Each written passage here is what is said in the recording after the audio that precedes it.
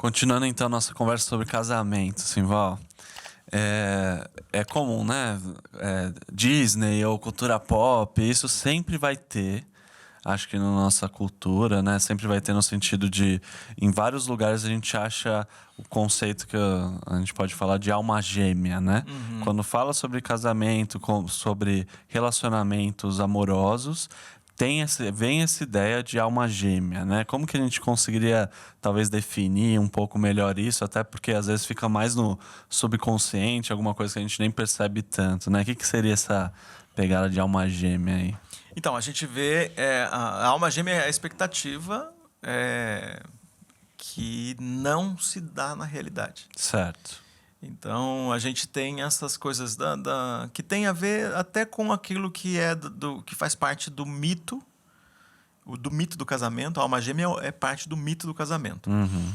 Então, quando nós estamos lá na primeira infância, segunda infância, a gente está ouvindo sobre o mito do casamento, felicidade para sempre. A gente está sendo protegido pelos nossos pais das discussões, dos entendimentos deles. Eu espero que seja assim, né? Que deve ser assim, né? A gente proteger nossas crianças na primeira infância de que elas não vejam nossas crises. Certo. Né? Que isso não vai ajudá-las. Elas não vão ficar perdidas no meio desse negócio. Então, por isso que o divórcio traz tanto dano para uma criança na primeira infância, quando os pais se separam. Bom, isso acontece em qualquer idade, mas a gente sabe que acontece mais. Mas o que acontece? O mito, ele chega nessa hora, né? O príncipe chega para a princesa e todas essas histórias que nós vamos ouvindo. E isso vai alimentando o mito. E quando a gente chega lá na vida adulta, a gente quer esse mito. É gostosinho, né? É gostosinho. Você saber que tem alguém que é 100% compatível com você. É um negócio que eu acho que vem lá... Eu acho que é alguma cultura grega, se eu não me engano, que tinha uma ideia mesmo de que existia uma alma que nascia junto com a outra e que metade dessa alma ia para um lugar e a outra metade ia para outro. E daí, quando você achasse, ia ter aquela alma gêmea que é, né, totalmente compatível, né? Adão e Eva, né? Esse negócio que a gente tem em Adão e Eva, como se estivesse repetindo nas almas, certo, ou nas vidas de todo mundo. Mas então, saindo desse campo, aí a gente tem algumas coisas que fazem isso popularizar, né? A gente sabe que as músicas faz isso ser mais popular. Então, toda a música brega em geral está transmitindo transmite um conceito. Certo. Então, tem gente que está educada, olha que coisa triste, né? Educada emocionalmente pelas músicas sertanejas e as músicas dessas todas aí, né? Que tem a ver com corno. Às tem vezes a ver gospel mesmo, né? As músicas gospel. Né? Ela é verdade. Quantas vezes a gente fala, essa música tá trazendo uma teologia que não tem sentido nenhum com a Bíblia. E a gente está cantando. E ontem mesmo a gente estava na nossa conversa aqui, a gente estava analisando uma música. E a gente percebeu que o tempo todo a gente estava ali entre as que a gente ouve, mas ela está desdizendo uma coisa que está muito claro na Bíblia. Então a gente vai ver isso aí o tempo todo. Agora, o clássico dessa música, a gente vai encontrar outras, mas a gente vai ver o Fábio Júnior cantando a música Alma Gêmea. As Metades da Laranja, Dois Amantes, Dois Irmãos. Então, quando ele está colocando desse jeito... A gente, olha só como esse mito da alma gêmea faz a gente trair o casamento. Porque é o seguinte, eu estou lá junto com a Adriana, a gente se casou, hoje nós estamos casados há 26 anos. Nós estamos casados, de repente, lá 10 anos de casados. A gente começa a se desentender. E às vezes acontece de se desentender, esse negócio de falar assim, a gente não dorme sem resolver. Isso é também outro mito. Que se você tiver 3 filhos, você vai dormir brigado 3, 4, 5 dias e não vai conseguir conversar. No nosso caso, a gente tem 3 filhos. Né? Isso aí é outro mito. A gente vai sempre resolver, vai sempre dormir de bem. Não é verdade. Vai chegar o dia, talvez você tenha bastante tempo para fazer isso, mas vai chegar o dia que não dá. E tem algumas discussões que precisam madurar mesmo, né? Você precisa... Espera um pouco, pensa mais. Gasta um tempinho pensando nisso. Não é tão rápido assim para você chegar na solução. Né? Às vezes, se você fala na hora ali, piora do que melhora. Quem fala desse jeito, provavelmente não teve nenhum assunto que foi tão pesado que precisava processar, pensar, orar. né? Certo, mas você já está indo um pouquinho mais à frente. Isso, né? então voltando já ali. está falando de resolução de conflitos. Mas a alma gêmea, olha só qual é o problema. A alma gêmea não tem conflito. Esse é o problema. Certo. Então, a alma gêmea, isso não é verdade. Não existe isso. Nós somos amigos e tem coisa que você vai me ouvir e falar assim, não, acho que não é isso. E tem coisa que você vai falar e fala, não, pode ser melhor. Isso é ajuste. Relacionamento. É natural isso aí. Certo. Mas vai ter coisa que a gente vai se opor mesmo. Só que no mito da alma gêmea não tem oposição. Certo. Que é aquela coisa, né? Eu preciso de uma pessoa que me aceite do jeito que eu sou e que eu, quando encontrar ela, eu vou aceitar ela do jeito que ela é. É isso aí. Olha o ponto do divórcio. Ou o ponto da traição. Aí eu tô me desentendendo com a minha esposa, 10 anos de casados, e a gente está numa fase mais difícil. Certo. Uma semana de desentendimento. Aí o que eu penso? Não é minha metade. Se não é minha metade está por aí. Eu vou. Se você casou, né? Se eu tô entendendo bem, você tá falando um exemplo do quê? Se você casou com esse pensamento de alma gêmea, uma hora vai vir alguma coisa. Pode demorar 10 anos para vir algo mais forte, assim, que você olha e fala, se tem esse conflito, quer dizer que não é essa pessoa. Isso. Se não é essa pessoa, a pessoa está por aí e eu estou aqui perdendo tempo com essa pessoa com quem eu me casei. Isso. É isso que você está querendo dizer? É isso mesmo. Quando você pensa desse jeito, você abre espaço no seu coração para continuar procurando. Então você está casado, você viu e falou assim, não é a pessoa, não é a minha alma gêmea. Então, ao invés de você fazer os ajustes, você consertar, você ajustar, você ressignificar, resolver o problema, você vai para uma fantasia, que é a fantasia de esse aqui não funciona, eu vou encontrar um outro que funcione e vai funcionar melhor. Quer dizer, vou encontrar minha alma gêmea. Então, você está sempre procurando a alma gêmea e talvez com uma pessoa já dividindo a vida com você. Eu citei o Fábio Júnior, não foi à toa, porque ele é vítima desse pensamento, porque é um cara que tem muitos casamentos. Você sabe quantos? Bom, a última vez que eu soube eram 6. Agora eu não sei quantos. Mas é esse casamento mesmo. Então eu tô falando que o problema não é tem gente que teve vários relacionamentos, morou junto e tinha caso. Não, eu tô falando de alma gêmea, porque aí o mito está dentro da ideia de casamento. O mito da alma gêmea está dentro da ideia de morar na mesma casa e dizer sou teu marido ou esta é minha esposa. Então o mito entra lá dentro. Esse é o ponto. Eu estou usando esse exemplo porque esse cara casa. Documento, papel. É essa questão que a gente está... Ou uma cerimônia religiosa, sei lá. Mas ele oficializa a relação. É diferente da pessoa que vive em promiscuidade. É outra ideia. Né? Mas é isso que afeta nossas relações. Então, a gente tá tocado pelos mitos. E a gente precisa conversar sobre isso porque, como o Tim Keller fala aqui, ele leva para um outro lugar que é interessante a gente considerar. O que eu estava pensando aqui é que talvez alguém que está ouvindo que é crente, que é cristão, ele fala, mas eu não me encaixo muito, esse negócio de alma gêmea eu nunca acreditei, eu sou cristão, eu sei que não existe isso, né? Mas esse cara, você acha que essa pessoa, né, esse homem ou essa mulher, que, não, alma gêmea e tal, mas talvez exista alguma coisa aí que influencie ele justamente, essa pessoa, nisso aí também, né? Tem.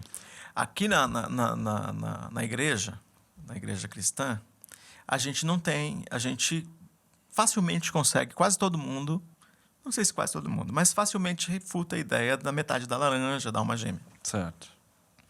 A gente vai encontrar facilmente, eu diria que em parte das igrejas a gente vai encontrar isso. Mas qual é o nosso mito? A linguagem. A gente tem um mito de casamento também, que é a pessoa certa. Certo. Deus tem uma pessoa certa para você. Isso também é um mito. Certo. É um mito alma gêmea. Se Deus tem a pessoa certa para você, é tua alma gêmea. Então, por isso que eu até falei, é uma linguagem, né? É a mesma coisa. É a mesma coisa, só que roupagem. Que não usa alma gêmea, mas é um mito também. Se Deus tem a pessoa certa para você, aí, olha só, casei com a pessoa errada. Quem já não ouviu isso? Eu casei com a pessoa errada. E aí você que se casou com a pessoa errada, tem uma certa e essa certa não está com você. Então você se dá o direito de procurar a pessoa certa, que pode estar casada com outra pessoa ou estar sozinha por aí. Aí você fica dando essa licença para viver fantasias. Eu tava pensando que isso aqui foi pastor de jovens por muito tempo. Eu, como pastor de jovens adolescentes, eu vi muito, já aconteceu muito comigo de eu ver a pessoa... Isso antes, né? Antes de namorar, né? A pessoa chega pra outra e fala, tô querendo namorar você, ou vamos conversar, vamos se aproximar mais. Daí a pessoa, vamos orar, vamos orar. Daí a pessoa, ela tá com... você vai entender porque eu tô falando isso. Ela tá com uma situação assim, vamos orar, mas ela na verdade não quer. Um homem, uma menina não quer namorar com essa pessoa. Daí ela chega, ora, ou finge que ora, pelo menos, e responde pra pessoa, eu orei e eu sinto que Deus não quer que a gente namore. Ela não tem, talvez, a coragem de falar, eu não tô querendo. Eu não quero. Deus não quer. Por que eu tô falando isso, né? Porque eu acho que isso tá ligado com essa noção de que Deus está separando alguém para você. E se Deus não está mostrando isso claramente para os dois, então Deus é que não quer, ou, né, é toda uma linguagem de alguma coisa de como se Deus colocasse uma pessoa totalmente compatível com a outra. E o legal que o Tim Keller fala, e que eu né, já tinha visto em outros lugares, não existe ninguém compatível um com o outro. É isso aí. O pecado criou a incompatibilidade humana. Não existe um ser humano que é totalmente compatível com o outro. Pois é, quando a gente tem o mandamento de Jesus, a gente vê uma progressão, né? A gente ama o próximo como a si mesmo. Depois, a gente vai vendo o que Jesus está ensinando e chega uma hora que Jesus ama o próximo como eu amo a igreja, como eu. Então, a gente tem um negócio que é muito mais alto. Então, Jesus sobe lá em cima. Só que assim, você pode amar o próximo. Mas a gente tem que descobrir uma coisa que é muito, muito clara. Eu posso amar a Adriana, mas eu não sou a Adriana.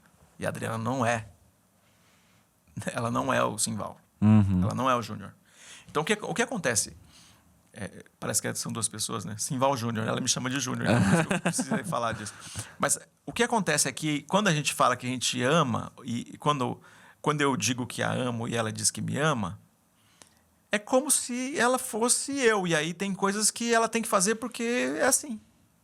Ela tem que torcer pro meu time, ela tem que comer o que eu gosto, ela não pode ter as coisas dela, o pensamento dela tem que ser exatamente igual. Primeira coisa que um casal, quando está consciente de que essa ideia de alma gêmea e pessoa certa não existe, precisa redefinir um ponto aqui.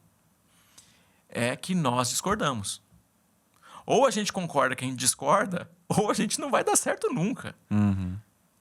Então tem assunto que é diferente mesmo. Ela queria uma cor e eu quero outra. Por quê? É razoável o porquê dela. Como é razoável o meu porquê? A gente entra em acordo. Desta vez vai ser essa cor. Bom, casado 26 anos, a casa já esteve da cor dela e já esteve da minha cor algumas vezes. Eu acho que era melhor tal cor. Tá bom, então dessa vez é você que escolhe a cor. Mas o problema é que a gente quer convencer a outra pessoa do nosso ponto como se ela não tivesse vontade própria e pensamento. Então, eu posso amar a Adriana como Cristo amou a igreja, sabendo que ela pensa diferente. Eu não sou a Adriana. Só que a gente entra essa loucura da alma gêmea da pessoa certa, leva a gente para esse lugar. Então, pensando assim, na pessoa certa, mais do que buscar a pessoa certa, eu tenho que ser a pessoa certa. E aí entra uma outra questão aqui. Eu penso no seguinte, então o que é a vontade de Deus? A vontade de Deus é um espaço grande, muito grande. Então a gente vai ter a vontade de Deus, a vontade que estão nos princípios bíblicos, essa é a vontade de Deus que a gente viva, como discípulo de Jesus. Então tem a vontade geral de Deus e a vontade específica de Deus. Se eu sou discípulo de Jesus, tenho a vontade geral, falando assim, aquilo que ele preparou para toda a humanidade e nós podemos desfrutar. E aí no segundo ponto é a vontade específica, que todo aquele que nele crê tem a vida, e aí tem vida em Jesus, e aí tem princípios aí, é mais específico. Entrei dentro da vontade específica. Estou ali naquilo que a gente pode chamar de igreja. Espaço grande. espaço grande cheio de gente, onde eu posso escolher. Qual é o teu... Quem não tem filtro escolhe qualquer coisa. O que precisa ser? O que uma pessoa precisa ter para dividir a vida com você? A gente tem que considerar isso. Porque, então, como o Tim Keller fala, todo mundo é a pessoa errada. A princípio é isso. Se todos são errados, então qual é o ponto de convergência mínimo? Assim? Precisa ser... gostar de morar na cidade de São Paulo. Ou precisa gostar de cidade. No mínimo, gostar de cidade. Não dá para gostar de sítio e outro não gostar. Aliás, na gravação anterior, eu falei... A segunda pergunta que eu fiz para um amigo que estava prestes a ficar noivo, eu falei assim... Quando você pensa no futuro, eu perguntei esse negócio, ele falou assim... A igreja não tem nada a ver para ela.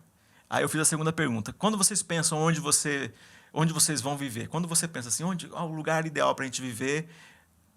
Ela era engenheira naval. Certo. E ela falou, uma coisa assim. Um desses trabalhos que tem que morar na beira do mar.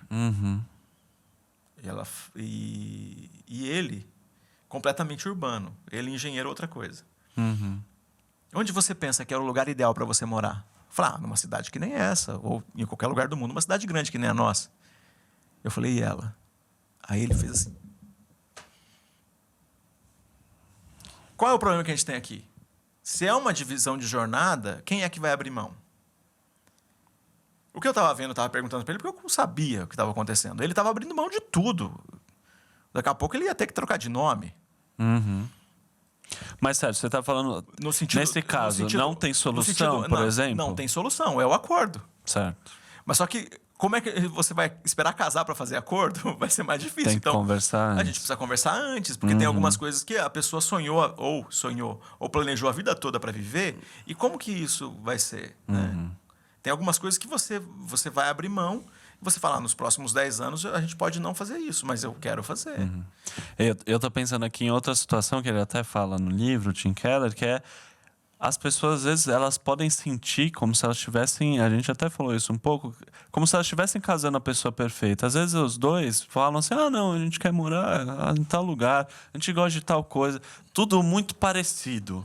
Então, às vezes, até... A gente está falando aqui contra essa ideia de que existe alguém perfeito para você. Mas a pessoa sente como se fosse. E você pergunta e fala, não, a gente é tranquilo, a gente pensa igual, não, tá tudo certo, a gente já resolveu isso. Se tinha alguma coisa, já tá resolvida. Beleza, casou. Depois de um tempo, vai ter algum problema. Não tem jeito, né? Qualquer pessoa que casou, sei lá, que é casada há mais tempo, né? Ninguém vai discordar que existe algum momento que teve algum conflito aí, né?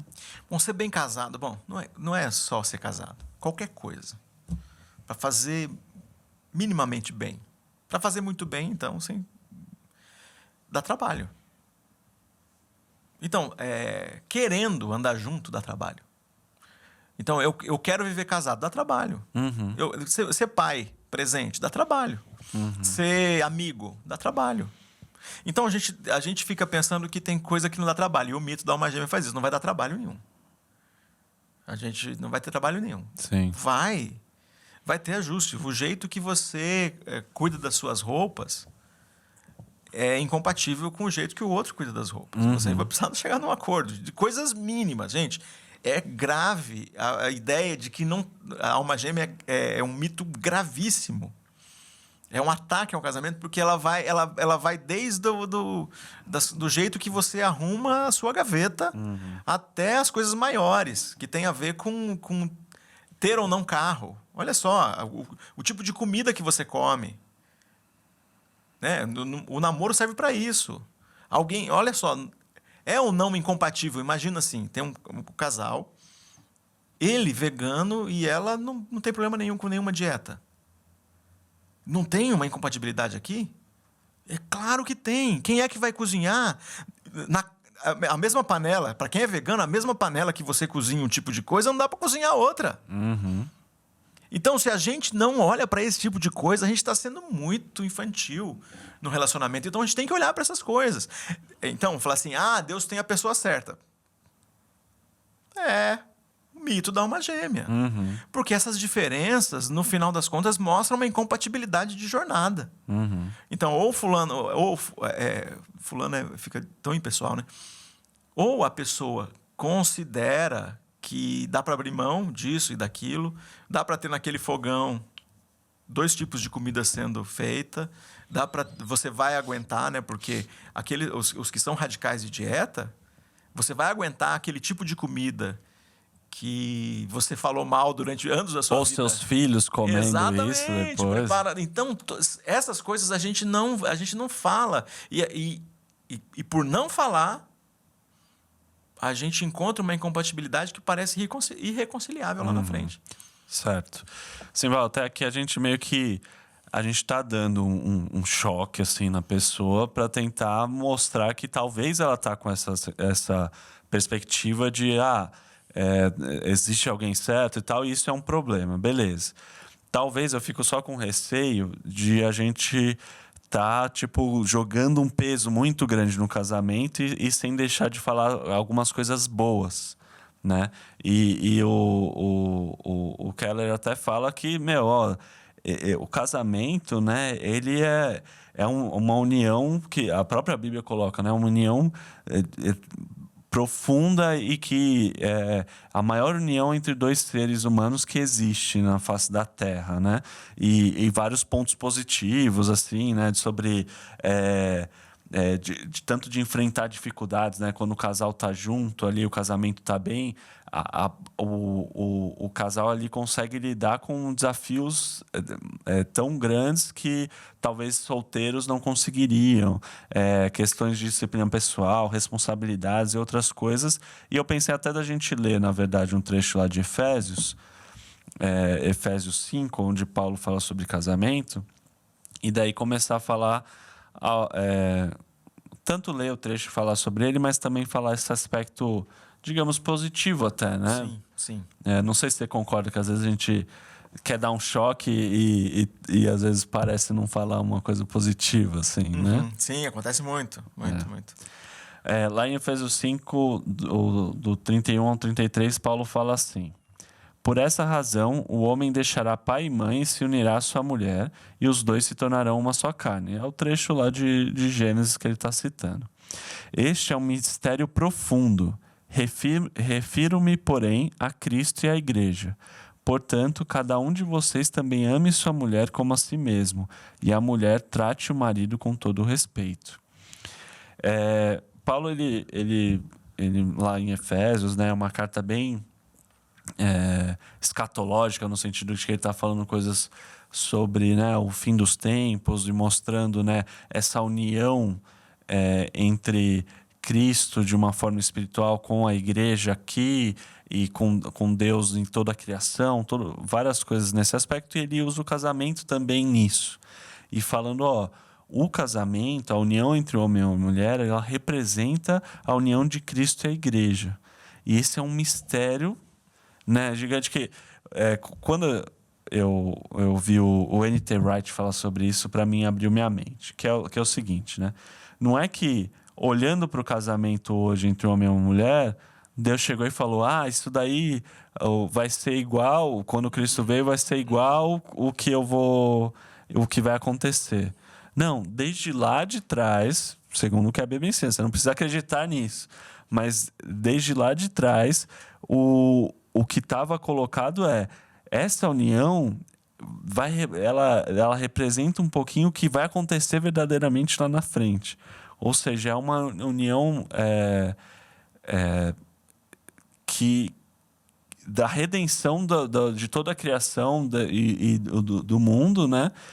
E o casal hoje tem a possibilidade de viver isso, né? Isso é muito legal, né? Então, o fantástico de tudo isso é que quando a gente está no mito da alma gêmea, a gente tem um problema, porque a gente não vê o milagre. O mito da alma gêmea faz a gente não ver o milagre. O milagre é o contrário, é ver gente diferente que entra em acordo e resolve viver junto. Uhum. E resolve fazer ajuste quando precisa.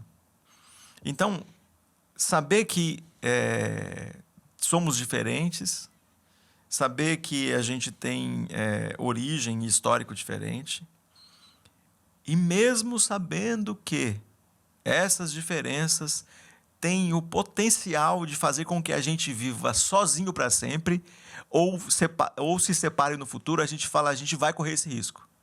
E a gente vai correr esse risco e em nome de Jesus a gente vai dizer, a gente vai andar junto até que a morte nos separe. Essa é a união mística dentro do casamento que se compara ao que a gente está lendo aqui, que Paulo está falando.